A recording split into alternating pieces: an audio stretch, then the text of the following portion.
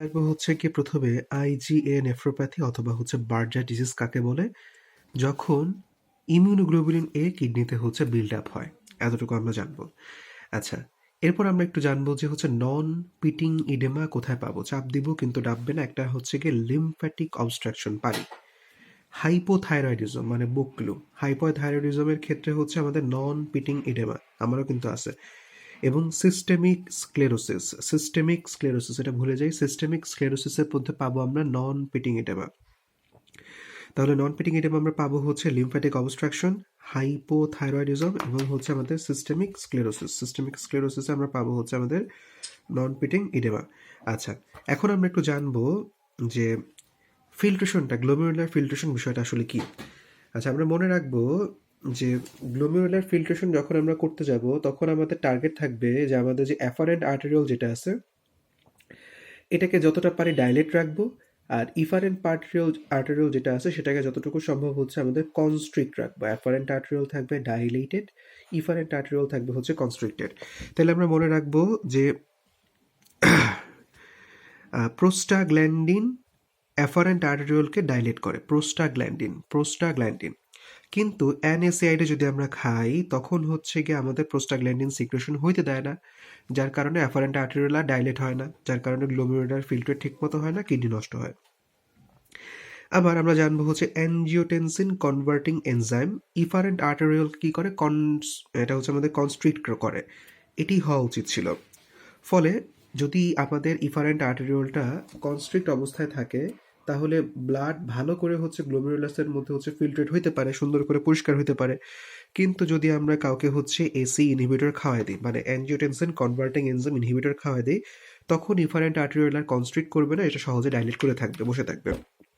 ফলে glomerular filter তো ঠিকমতো হবে না, রক্ত ঠিকমতো থাকবে না, কিডনি নষ্ট হবে। আচ্ছা, এখন আমরা প্রথমে জানবো নেফ্রাইটিক সিনড্রোম। নেফ্রাইটিক মানে ইনফ্লামেশন হয়েছে, তখন কি কি আমরা পাবো? এক নাম্বার হচ্ছে হেমাচুরিয়া পাইতে পারি, রেড অথবা ব্রাউন ইউরিন পাবো।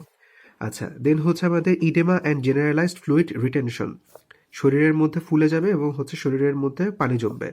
হাইপার টেনশন, যেহেতু পানি জমছে হাইপার টেনশন হবে। এবং অলিগিউরিয়া, অলিগিউরিয়া মানে হচ্ছে পেশাব কমে যাবে। আমরা মনে রাখবো এই ক্ষেত্রে হাইপার টেনশনও হয়েছে এবং হচ্ছে ইডিমা হয়েছে শরীরের মধ্যে। আচ্ছা, কজ অফ নেফ্রাইটিক সিনড্রোম, কেন আমাদের শরীরে ইনফ্লামেশন হচ্ছে কিডনির মধ্যে? এক নম্বর হচ্ছে post streptococcal glomerulonephritis, post streptococcal glomerulonephritis, IgA nephropathy, rapidly progressive গ্লোমেরুলো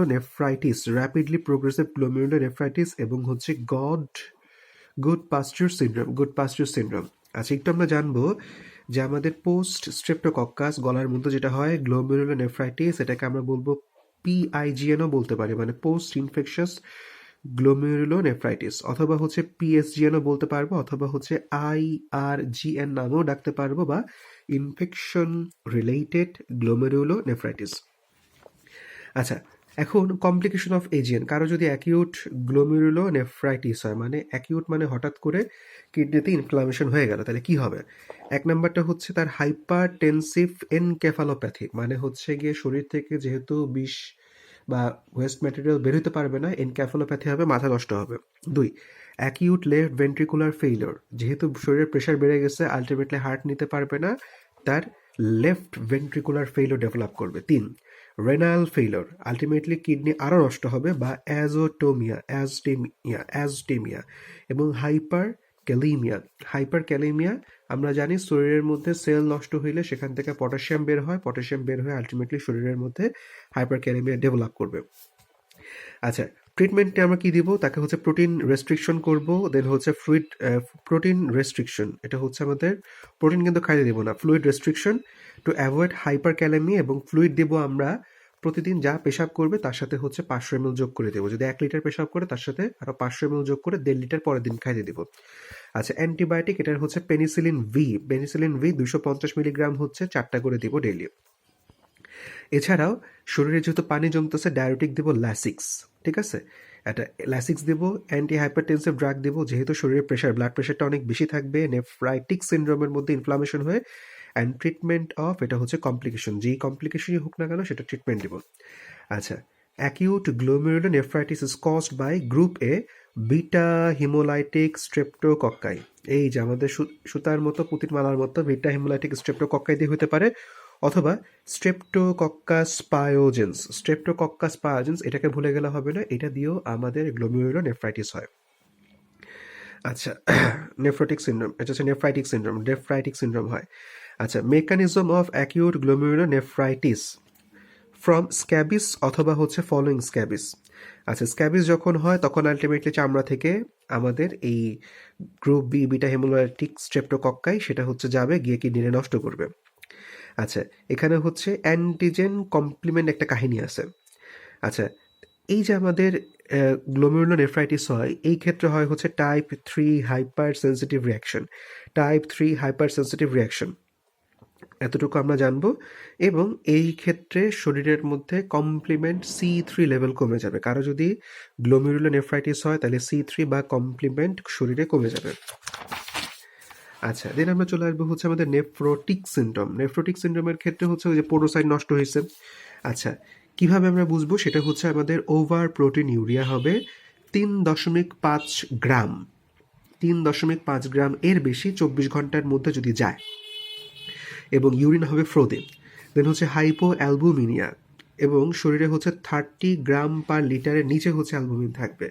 তাহলে শরীর থেকে যেহেতু প্রোটিন বের হয়ে যাচ্ছে তাই হাইপো অ্যালবুমিনিয়া হবে, এবং less than 30 gram per litre.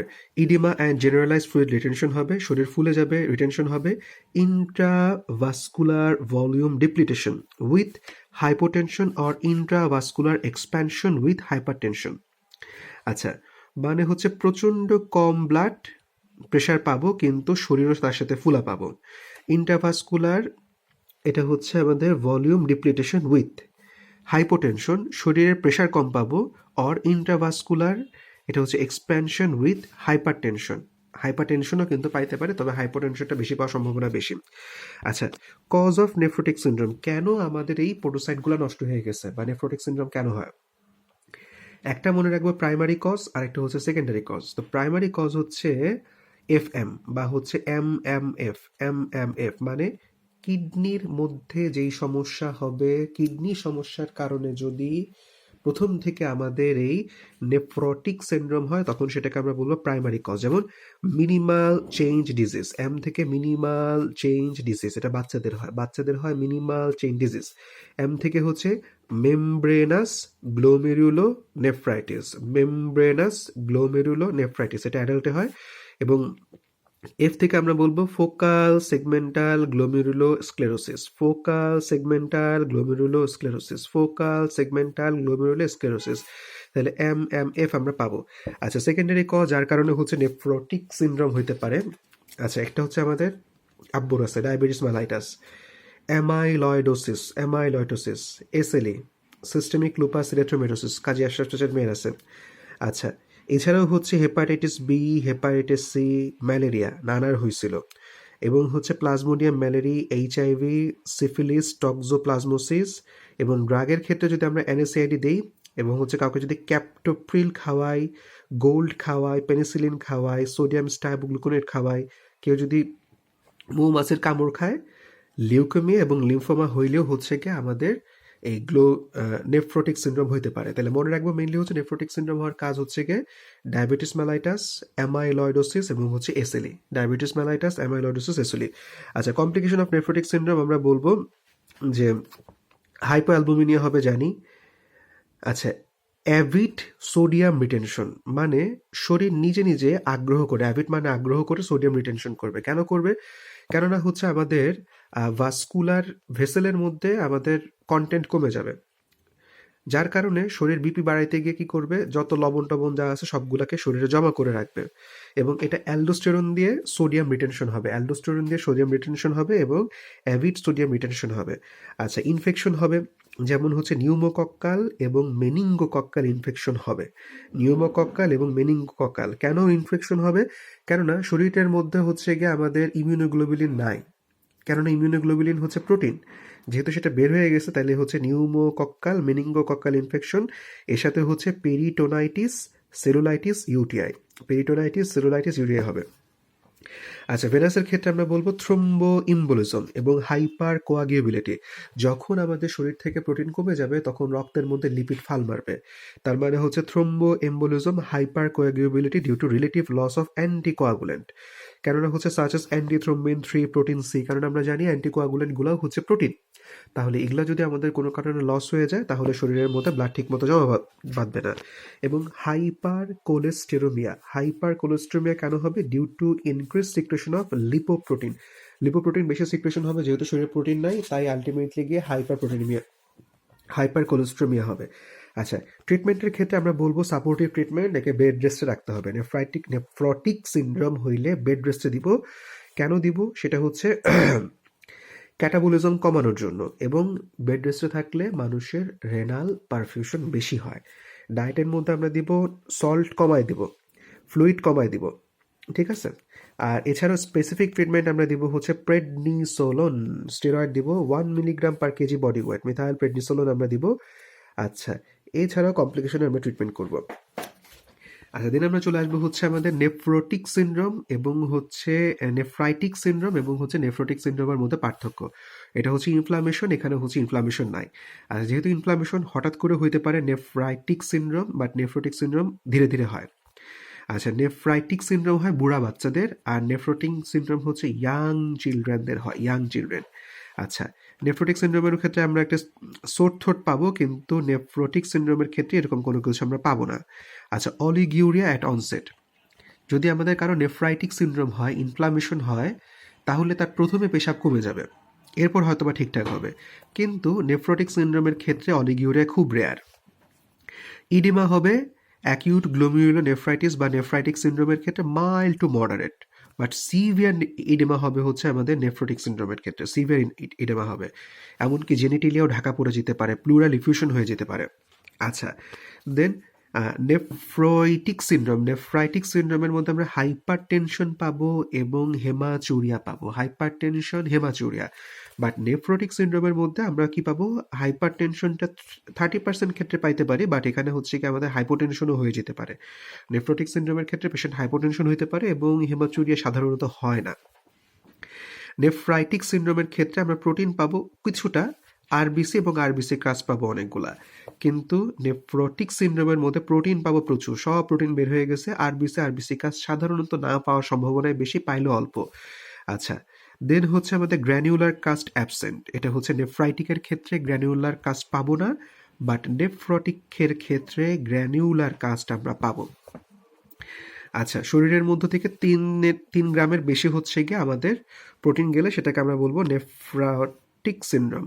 আচ্ছা, C3 লেভেল আমরা নেফ্রাইটিক, যদি ইনফ্লামেশন হয় তাহলে C3 লেভেল পাওয়া হচ্ছে কম, কারণ ইনফ্লামেশন হইলে C3 কমে যায়।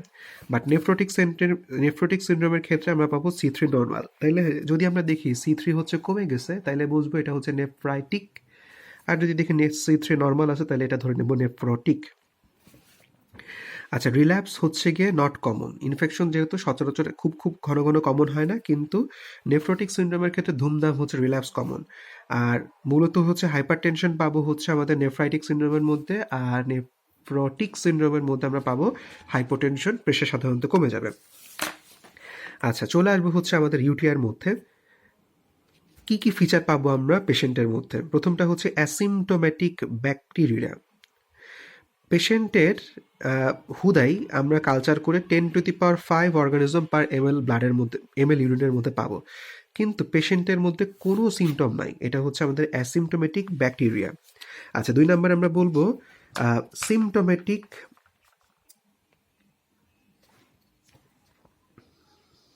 Acute urethritis. ইউরেথ্রার মধ্যে ইনফ্লামেশন হচ্ছে এবং সিস্টাইটিস, মানে হচ্ছে ব্লাডারের মধ্যেও হচ্ছে ইনফ্লামেশন হচ্ছে, যার কারণে সে বললো ব্যথা। অ্যাকিউট পাইলোনেফ্রাইটিস হইতে পারে, অ্যাকিউট প্রোস্টেটাইটিস হইতে পারে, এবং সেপ্টিসিমিয়া যদি হয়, কোনো কারণে রক্ত দূষণ যদি হয়, তাহলেও সেখান থেকে হচ্ছে আলটিমেটলি ইউটিআই ডেভেলপ করতে পারে। আচ্ছা, কমন অর্গানিজম কজিং ইউটিআই। আমরা মনে রাখবো ইউটিআই করে হচ্ছে এই হার্টের ভালভের যে কাস্প আছে, সেই কাস্প,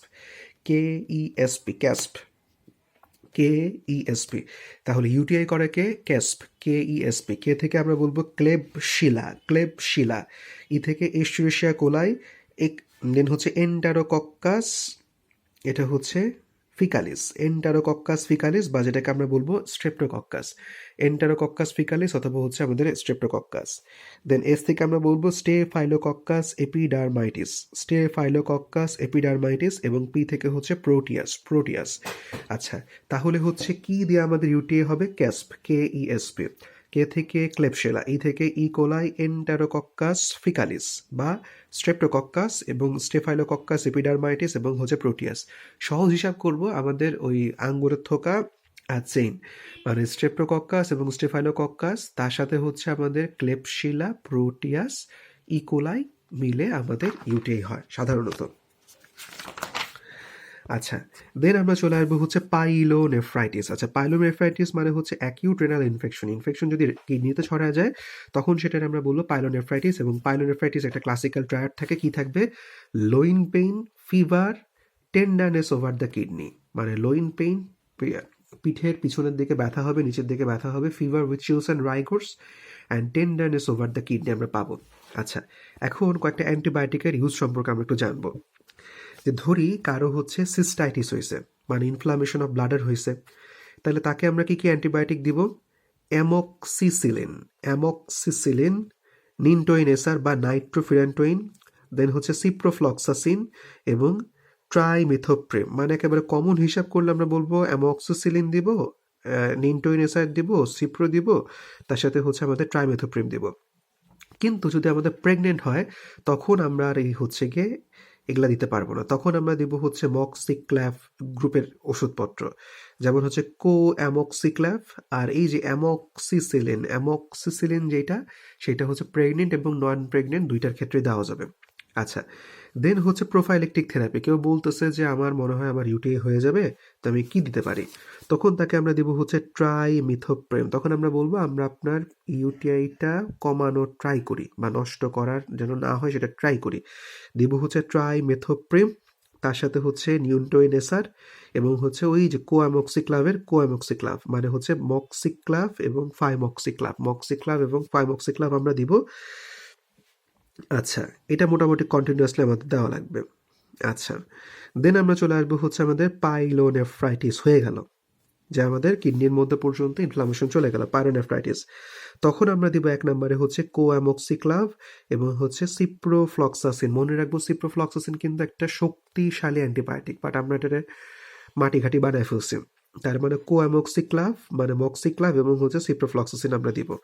আচ্ছা, এপিডাইডিমা অপরাইটিসের ক্ষেত্রে আমাদের হচ্ছে এক নম্বর চয়েস হচ্ছে আমাদের সিপ্রো, ঠিক আছে? তার মানে হচ্ছে পাইলোনেফ্রাইটিসের ক্ষেত্রে আমরা সিপ্রো দিব, এপিডাইডিমা অর্কাইটিসের ক্ষেত্রে আমরা দিব হচ্ছে সিপ্রো দিব। আচ্ছা, অ্যাকিউট প্রোস্টেটাইটিসের জন্য আমরা দিব, আবার যে ট্রাই করব যে প্রোস্টেটের মধ্যে ইনফ্লামেশন যেন কম হয়, ট্রাইমিথোপ্রিম অ্যান্ড সিপ্রোফ্লক্সাসিন, ট্রাইমিথোপ্রিম এবং সিপ্রোফ্লক্সাসিন। তার মানে ইউরিনারি ট্র্যাক্টের কোনো গ্যাঞ্জামের ক্ষেত্রে হচ্ছে সিপ্রো জয় জয়কার, সবখানেই মোটামুটি আমরা হচ্ছে চেষ্টা করব সিপ্রো দিব। আর প্রেগনেন্ট উইমেনের ক্ষেত্রে আমরা দেবো হচ্ছে অ্যামক্সিসিলিন, অ্যামক্সিসিলিন। আচ্ছা, কিডনি ইঞ্জুরির ক্ষেত্রে আমরা বলবো হচ্ছে আমাদের একেআই বা হচ্ছে এআরএফ, প্রিরেনাল, রেনাল এবং হচ্ছে পোস্টরেনাল। আচ্ছা, প্রিরেনালের মধ্যে মনে রাখার মধ্যে একটা হচ্ছে আমাদের সেপসিস, রেনালের মধ্যে আমরা বলবো ড্রাগ, টক্সিন, এটা দেখলে পারবো। টক্সিনের মধ্যে আমরা বলবো প্যারাকুয়েট পয়জনিং অথবা হচ্ছে প্যারাসিটামল পয়জনিংয়ের মধ্যেও হচ্ছে আমাদের একেআই হইতে পারে। আর পোস্ট রেনালের ক্ষেত্রে হচ্ছে ইউরিনারি ক্যালকুলাই, দেন হচ্ছে ফাইব্রোসিস, ক্যান্সার, ঠিক আছে, মেটাল স্ট্রিকচার, এগুলো দিয়েও হইতে পারে। আচ্ছা, এখন কারো যদি আমাদের একাই হয়ে যায় তখন আমরা কি করব? সেটা হচ্ছে আমাদের যে তার শরীরে হাইপোভলিউমিয়া হয়েছে ফ্লুইড লসের কারণে, সেটার জন্য আমরা কি করব? যে ফ্লুইড দিব এবং হচ্ছে ইনোট্রপিক ড্রাগ ইউজ করব, যেটা হচ্ছে হার্টের ফোর্স অফ কন্ট্রাকশন বাড়াবে, মাসলের ফোর্স অফ কন্ট্রাকশন। কেননা ইনোট্রপিক ড্রাগ যদি আমরা দেই বা যদি ফোর্স অফ কন্ট্রাকশনটা বাড়াইতে পারি, তাহলে আমার কাছে যতটুকু ব্লাড আছে অতটুকুইকে ভালোভাবে ইউজ করবে। এবং আমরা চেষ্টা করব হচ্ছে আমাদের গ্লুকোজ দিব, ইনসুলিন দিব এবং হচ্ছে হাইপার ক্যালেমিয়াটাকে কন্ট্রোল করব। যদি আমরা দেখি পটাশিয়াম হচ্ছে গিয়ে মোর দেন 6.5 মিলিমোল পার লিটার, পটাশিয়াম যদি দেখি 6.5 মিলিমোল পার লিটারের বেশি হয়ে গেছে, পটাশিয়াম কমাবো। কী দিয়ে কমাবো? সালবিউটামল দিতে পারি, পটাশিয়াম বাইন্ডিং রেজোনিয়াম দিতে পারি, ডায়োরিটিক্স দিতে পারি, ডায়ালাইসিস দিতে পারি। সালবিউটামল, পটাশিয়াম বাইন্ডিং রেজোনিয়াম এবং হচ্ছে ডায়ালাইসিস দিয়ে পটাশিয়াম কমাবো। আচ্ছা, দেন হচ্ছে আমরা দিব হচ্ছে তাকে অ্যাসিডোসিস দিব, অ্যাসিডোসিসকে কন্ট্রোল করব সোডি বাই কার্ব দিয়ে, সোডি বাই কার্ব দিয়ে। আচ্ছা, এছাড়াও হচ্ছে গিয়ে আমরা তার হচ্ছে গিয়ে এনশোর অ্যাডিকুয়েট নিউট্রিশনাল সাপ্লাই করব এবং ইনফেকশন যদি থাকে সেই ইনফেকশনকে আমরা ট্রিট করব। আচ্ছা, দেন আমরা চলে আসবো হচ্ছে ক্রনিক কিডনি ডিজিজ বা সিকেডি। তো 1 নাম্বার কজ হচ্ছে গিয়ে সেটার গ্লোমেরুলার ডিজিজ, এবং এটা মেইনলি হয় immunoglobulin A nephropathy. Immunoglobulin A nephropathy most common. আচ্ছা, ইন্টারস্টিশিয়াল ডিজিজের ক্ষেত্রে আমরা বলবো ড্রাগ ইউজ করে হয়, উল্টাপাল্টা ড্রাগ খেয়ে হয়, ডায়াবেটিসের কারণে হইতে পারে, দেন হচ্ছে কি আমাদের হাইপার টেনশনের কারণে হচ্ছে সিকেডি হইতে পারে, রেনোভাস্কুলার ডিজিজ যেমন হচ্ছে আমাদের অ্যাথ্রোমেটাসের কারণেও হইতে পারে, এবং কনজেনিটাল এবং হচ্ছে ইনহেরিটেড ভাবেও হইতে পারে। আচ্ছা, ম্যানেজমেন্টের ক্ষেত্রে আমরা কি করব, যে তাকে হচ্ছে প্রোটিন খাইতে দিব না, লিমিটেশন অফ দ্য প্রোটিন, যেটাকে প্রোটিন কম খাইতে দিত। পটাশিয়াম এবং হচ্ছে আমাদের ফসফেট ইনটেকটাকেও আমরা কমাবো, পটাশিয়াম এবং ফসফেট ইনটেকটাও কমাবো। স্মোকিং বন্ধ করতে হবে, ওয়েট লস করতে হবে। আচ্ছা, এটা হচ্ছে মজার বিষয়। আর বিপি আমাদের রাখতে হবে 130 থেকে 180, ঠিক আছে? আর 125 থেকে 75 হচ্ছে গিয়ে বেস্ট। আচ্ছা, দেন হচ্ছে আমাদের প্রোটিনিউরিয়া কন্ট্রোল করতে হবে, প্রোটিনিউরিয়া এটা হচ্ছে আমাদের কন্ট্রোল করব। এছাড়াও লিপিড ম্যানেজমেন্ট, এনিমিয়াকেও হচ্ছে আমাদের ম্যানেজমেন্ট করতে হবে। লিপিড ম্যানেজমেন্ট হচ্ছে গিয়ে আমাদের লিপিড লোয়ারিং এজেন্ট দিব। এনিমিয়াকে আমরা কন্ট্রোল করব কিভাবে, এটা একটু মনে রাখবো যে patient with GFR below 30 ml per minute, normal আমাদের থাকে হচ্ছে 125, তার কমে গেছে হচ্ছে 30 ml পার মিনিট। এর কম যদি কারো হয়ে যায়, 30 ml পার মিনিটের কম যদি হয়ে যায়, তাকে অবশ্যই এনিমিয়া ট্রিটমেন্ট নিতে হবে, কারণ তার অবস্থা খারাপ। এবং the target haemoglobin is usually between 100 to 120 gram per litre, মানে হচ্ছে 10 to 12 গ্রাম পার ডেসিলিটার হচ্ছে কি আমাদের টার্গেট। আচ্ছা, ফ্লুইড এবং ইলেকট্রোলাইটের ক্ষেত্রে আমরা বলবো যে তার শরীরের মধ্যে সোডিয়াম ইনটেক কমাবো, ঠিক আছে? পটাশিয়াম স্পেরিং ডায়ারিটিক্স দিব। আচ্ছা, কারেক্ট অ্যাসিডোসিস দিব, এই কাঠাটা হচ্ছে বিষয়। এছাড়াও হচ্ছে দরকারে আমরা সোডি বাই কার্ব দিব, কারণ এই যেহেতু পেশেন্টের হচ্ছে অ্যাসিডোসিস ডেভেলপ করে, তাই সোডিয়াম বাই কার্বনেট দিব 1 গ্রাম 8 আওয়ারলি। আচ্ছা, এইটা একটু খেয়াল করতে হবে যে রেনাল বোন ডিজিজ কিন্তু আমাদের হয়ে যায় এই সিকেডির পেশেন্টদের। কেন হয়? কারণ আমরা জানি যে ভিটামিন ডি এর অ্যাক্টিভ ফর্ম হচ্ছে 125 ডাইহাইড্রক্সি কোলিফ্যালসিফেরল, ঠিক আছে? আচ্ছা, এইটা ছাড়া ইন্টেস্টাইনের মধ্যে হচ্ছে আমাদের ক্যালসিয়াম এবজর্ব হবে না। তো যেটা সমস্যা হয় সেটা হচ্ছে যে আলটিমেটলি যখন কারো এই রেনাল ডিজিজ হয়, তখন তার বোনসও নষ্ট হওয়া শুরু করে। কেন? কেননা হচ্ছে ক্যালসিয়াম অ্যাবজর্বেশনটা ঠিক মতো হয় না, যার কারণে আলটিমেটলি বোনসের শরীরের মধ্যে আমরা পাবো হাইপার ফসফেটিমিয়া এবং টার্সিয়ারি হাইপার প্যারাথাইরয়েডিজম। শরীরের প্যারাথাইরয়েডিজম চেষ্টা করে ক্যালসিয়াম বাড়ানোর জন্য যেভাবেই হোক, সে পোস্টেন্স একেবারে উড়ায় ফেলে, ঠিক আছে? যেহেতু ভিটামিন ডি নাই, তার কারণে হচ্ছে ক্যালসিয়ামটাও ঠিকমতো অ্যাবজর্ব হচ্ছে না, এরকম কিছু সমস্যা ডেভেলপ করে আর কি। আচ্ছা, কজ অফ এনিমিয়া ইন হচ্ছে আমাদের ক্রনিক রেনাল ফেলিওর, আমরা বলবো relatively deficiency of erythropoietin. Erythropoietin কম থাকার কারণে হচ্ছে গিয়ে আমাদের ক্রনিক রেনাল ফেলিওর ডেভেলপ